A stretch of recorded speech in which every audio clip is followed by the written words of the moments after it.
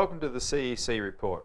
It's the 25th of October. I'm Robert Barwick and I'm with CEC leader Craig Isherwood. Welcome, Craig. Yeah, thanks, Robbie. In this week's CEC Report, Pinocchio Joe lies again and again and again. Hockey has upped the debt ceiling and bolstered the Reserve Bank.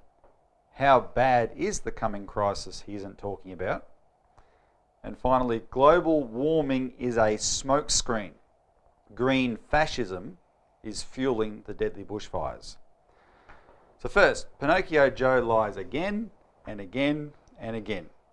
Craig, Joe Hockey is not wasting any time since the government's been elected. He's moving very hard and fast to ram through a very detailed, sweeping escalation of this question of reform of the Australian economy. We've always got to be reforming something, right?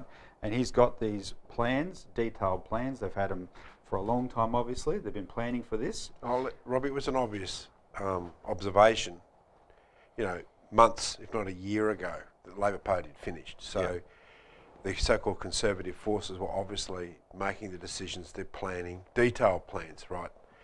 And you see, in this recent period, things have been quite calm, there's not been this super heated insanity that we had with the Rudd government when he first come in.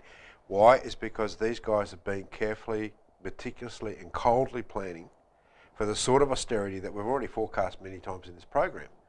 The Commission of Cuts, as it's called, or the Commission of Austerity. No, sorry, it's the Commission of Audit. Right? But nonetheless, that's the intention, and one only has to look at what's being done in other places around the world, like Greece, like in Cyprus, or even in the United States, to see the sorts of cuts and austerity that are being planned, top down.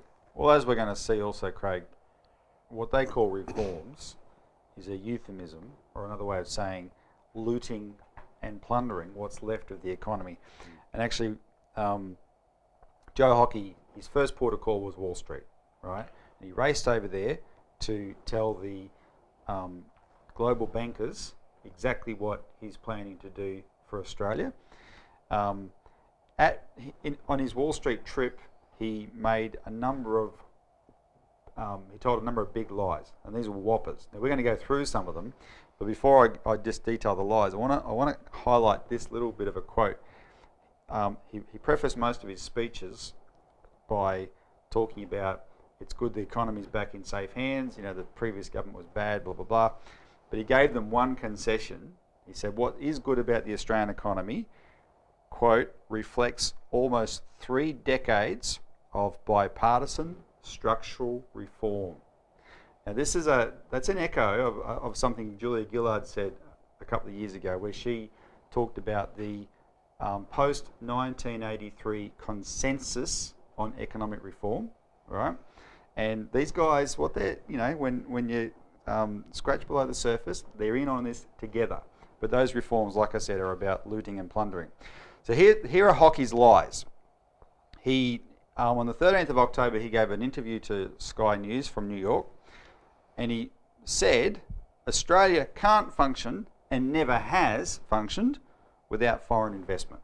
Now, Craig, we showed in a press release this week that both World War I and World War II proved that Australia could function without foreign investment. Specifically, in both cases through the Commonwealth Bank. The first time was in World War I, where the British had told the Australians, look, we can't give you any more foreign investment, there isn't any to be had. So what happened was that Dennis and Miller, through the Commonwealth Bank, created an enormous amount of credit through the issuers of treasury bonds and other mechanisms, actually funded the war, many times over, and that really freaked the British bondholders out and the British establishment, because it showed what was actually capable of being done through a national bank. And the reason it happened in the wars is because, with the reality of war, where you've got to put, you're producing so many things with your scarce resources to be basically destroyed in war, the Brits were stretched. Australia, no one could really afford to politically oppose what the government did with the Commonwealth Bank, and that was the cover under which it showed what it's capable of doing, right? Anyway, and the bottom line is, it just showed that we functioned really well without foreign investment. And we did brilliantly. Yeah, and World War II was a classic, Robbie, where the Curtin Chifley government literally used the power of the Commonwealth Bank to completely rebuild to re-establish our manufacturing industry to prosecute the war.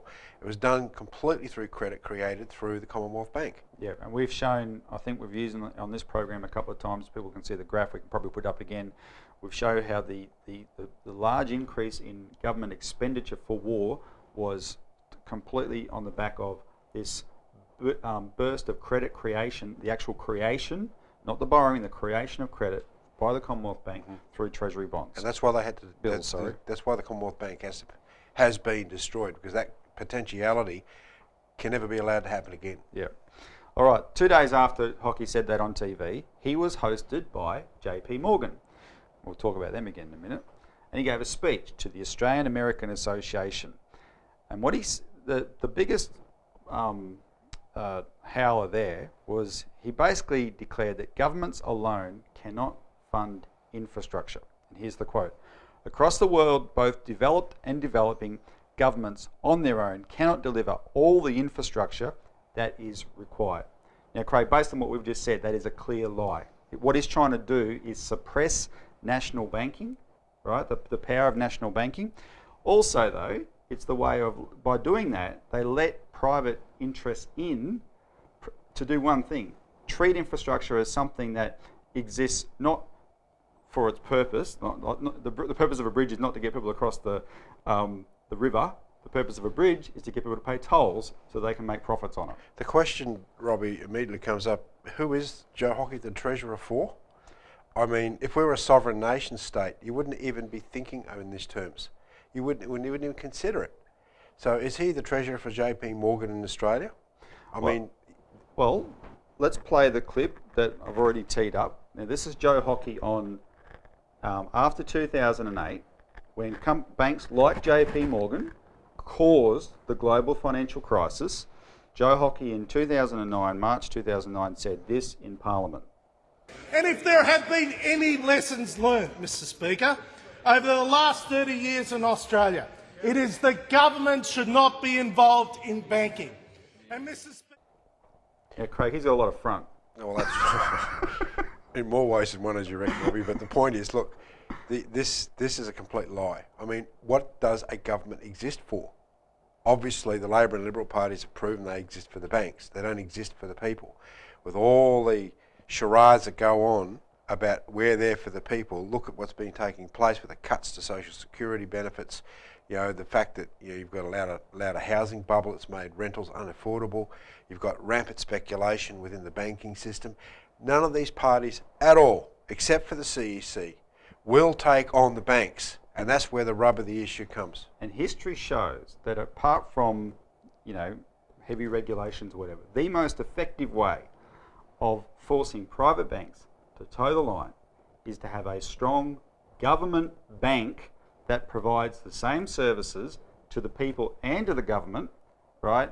And the private banks know they can't get away with screwing people if they're going to want to have customers. That's why Chifley wrote his dissenting report in the 1930s Banking Royal Commission, is because he said that the banks are not going to act in the interests of the general welfare of the population in times of crisis. And look what's happening now. They're out for their own profit, their own shareholders.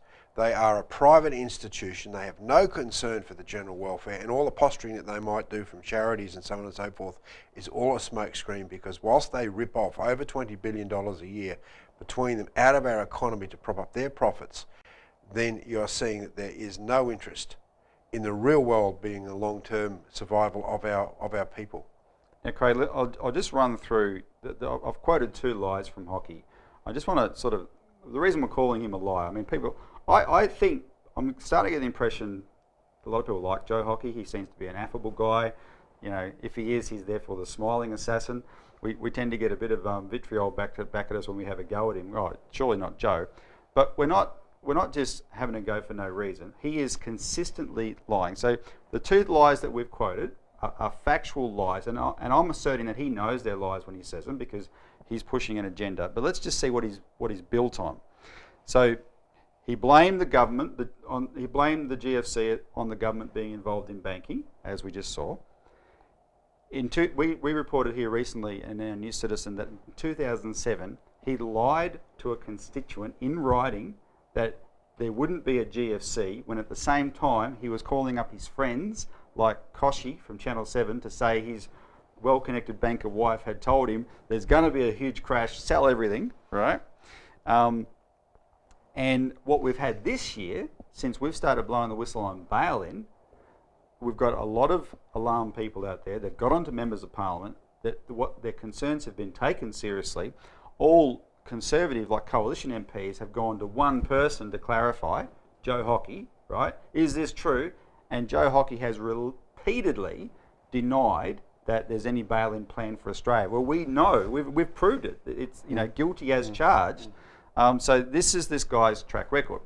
But one other aspect is, let's just talk about JP Morgan for a second, right? Because you raised, is he the treasurer for JP Morgan? Just remember, Roosevelt jailed JP Morgan in the 1930s for precisely the activities that are taking place now through the Pecora Commission, right?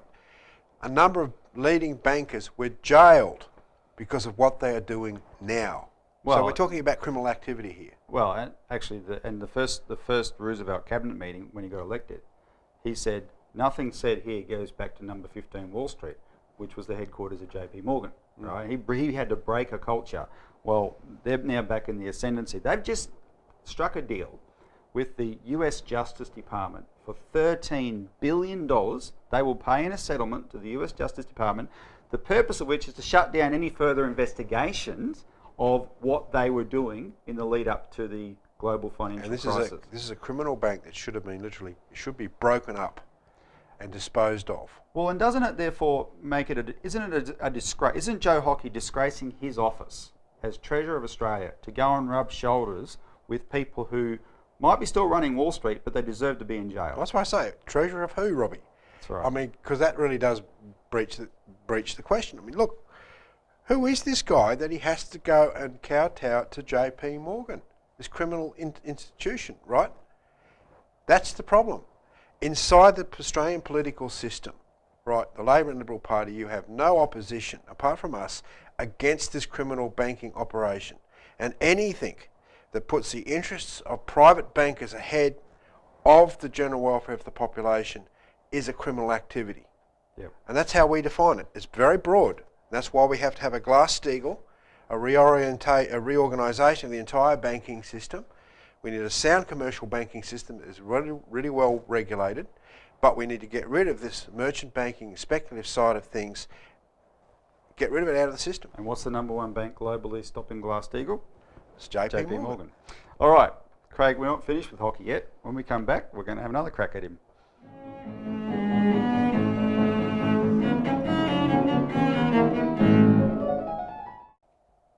Welcome back to the CEC Report. Hockey has upped the debt ceiling and bolstered the Reserve Bank.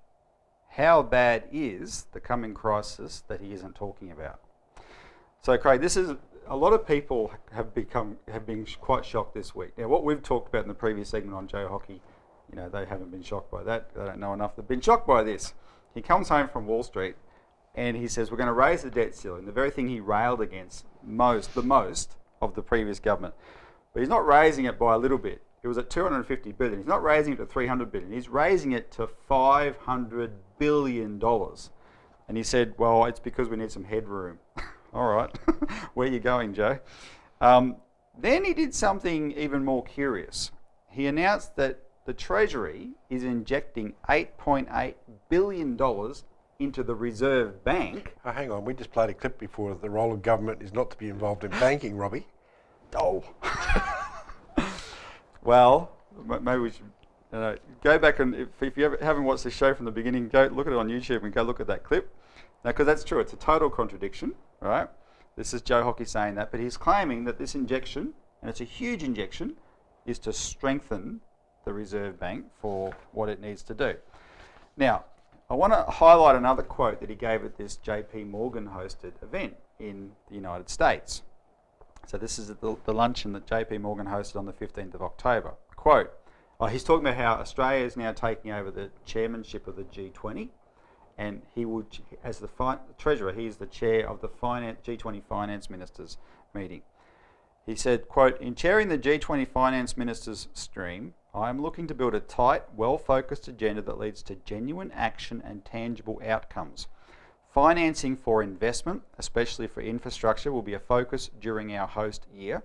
Unlocking long-term finance for investment to build modern infrastructure networks will be key to achieving these aims. There will also be a focus on implementing the core financial regulatory initiatives that have been developed in response to the global financial crisis. In other words, the key attributes of the Financial Stability Board based in the Bank of International Settlements. And the slang term for those key attributes is? Bail-in. Bail-in. Right, that's what that means. The laws to make it for the future, depositors will lose their money to keep banks going. So Craig, in the last couple of weeks we've reported on this program a warning by a top person associated with the Ministry of Finance in Japan, Yusuke Kotogawa. Now we respect this guy immensely because we know him and we know his background. Right, he's a guy who's actually cleaned up derivatives-riddled banks in the past. He did in the late 90s in Japan what should have been done to the world in 2008. Right, go through and cancel these things out. He knows what he's talking about. So he's been warning in the last couple of weeks that we are heading for a big one.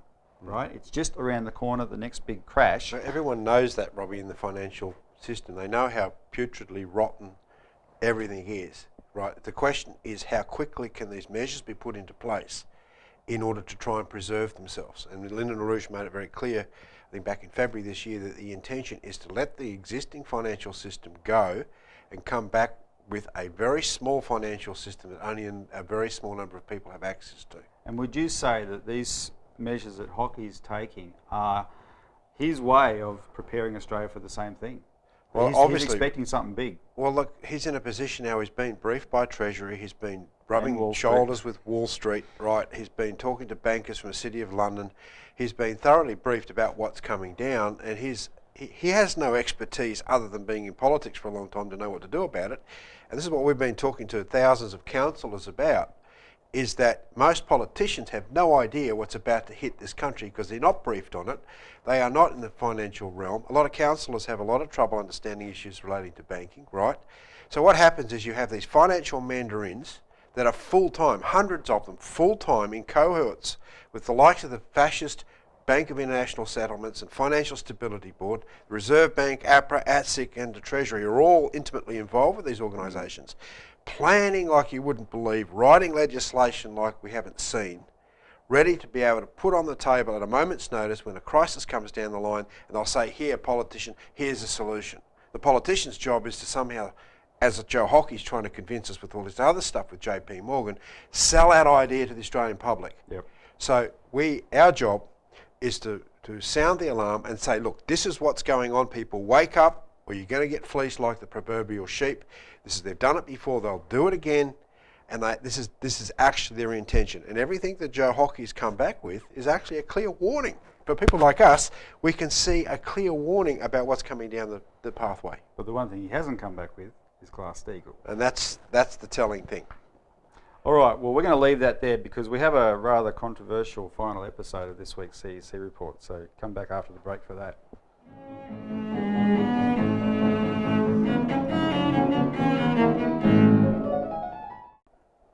Welcome back to the CEC Report. Finally, global warming is a smokescreen. Green fascism is fueling the deadly bushfires. So, Craig, we have to devote this segment to this because this week we have seen an assault, a propaganda assault by the Green powers that be, starting with Adam Bandt and Christine Milne from the Green Party, and then Al Gore weighed in on it, and the ABC focused on nothing but, and officials from the IPCC weighed in on it, that the bushfires in New South Wales are unseasonable, right? Because they're October and bushfires are normally January, February. So that must be global warming. Not right? Global stupidity. Not military stupidity or military intelligence, or however the oxymoron goes. Because if you're not up with the news, the army admitted that they set off bombs on a day they shouldn't have, and they caused the fire. And it's no laughing matter. But we're dealing with the propaganda element here, because the truth is the opposite. And we've put out a release on this today. People can get on our website, and we've likened it to Nero burning down Rome and blaming the Christians. The Greens have enforced a policy for decades that puts people in harm's way by stopping them taking the necessary precautions to protect themselves from these things that happen in Australia, i.e. they've stopped the active reduction of fuel loads in the bush, right? And so they're the ones that have enforced that, and now they are turning around and saying that these fires that are caused by too much fuel load in the bush are actually caused by human beings living on Earth, because we've caused global warming, and so we're the problem, right? And we've got to stop functioning properly, etc. Now, the CEC press release features, we report some of the analysis of this paper. It's called Bushfire Death Trap, the Eltham Gateway. And what this goes through is independent bushfire experts have analysed the Black Saturday bushfires, because the Sydney ones are still going, but it's 4 years since Black Saturday. Well, actually, the authors actually forecast Black Saturday, Robbie. They just didn't write about after the event. They were forecasting it years in advance because of this thing, in a sense, because of what's called fuel load. Now, that's basically, for people's benefit, fuel load is regarded as anything less than 6 millimetres that falls onto the bottom of a forest or of a landscape, right? Leaves, twigs, and the problem is that Australian plants are known to cause this phenomenon.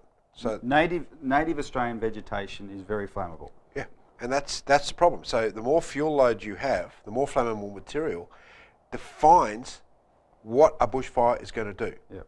Everything. That's the only thing that's actually controllable. You can't control the weather, as we've shown, right? Even if we could control the weather, they're saying that man-made, we've created global warming, which is a complete fraud in itself. But the issue here is that the actual methods of known bushfire control, like for example what the Aborigines did, like the cool burning, they actually burned off the landscape and they managed the landscape for 1,000 years by using cool burns, which he goes through in there. We'll put some pictures on the screen from this document that people can see. In the area he focuses on, contrasting images from the late 1800s to today, where you see the kind of landscape that white settlers first found, which was the result of thousands of years of Aboriginal burning. Lots of grassland in between, trees, but not thickly dense trees, right? Lightly forested areas, whereas now it's all dense, very dense vegetation, and there's a bunch of those. We're also going to put a graph up on the screen that shows that when you have high fuel loads, it doesn't have to be an extreme fire danger day, just a high fire danger day, and if you've got fuel loads of 15 tonnes a hectare and above, you will get fires get out of control. Right? Yeah, the Black Saturday fires, Robbie, weren't compared just to any other bushfire. They were compared to nuclear blasts. Yep. I mean, you had this phenomenon of everything being vaporised. There's no way that small animals can survive this. There's been 50 years of bushfire experience in Western Australia where they've never experienced these sorts of problems because they've actually been involved. It's the one place that's held the line on fuel actual reduction. Fuel reduction burns, right? So the problem is you have to ask yourself the question, well, why aren't the greenies allowing proper management of the forests or this particular area? We'll come back to the issue that we've always talked about on this program, and it comes back to population reduction. We've got a new citizen we put out this, the green fascist roots of the green movement, which people should get a copy of and realise and understand that their green ideology, if they support it, is a fascist ideology pure and simple, because the population reduction, getting rid of human beings, is at the top of their list. Yeah, and the whole global warming thing is nothing but a smokescreen. And they believe in the precautionary principle, Craig, they call it. Well, why don't let human beings take precautions now against immediate danger, and that means fuel reduction. All right, but that's it for this week's CEC Report. So thanks for tuning in. Go to our website for more details and see you next week.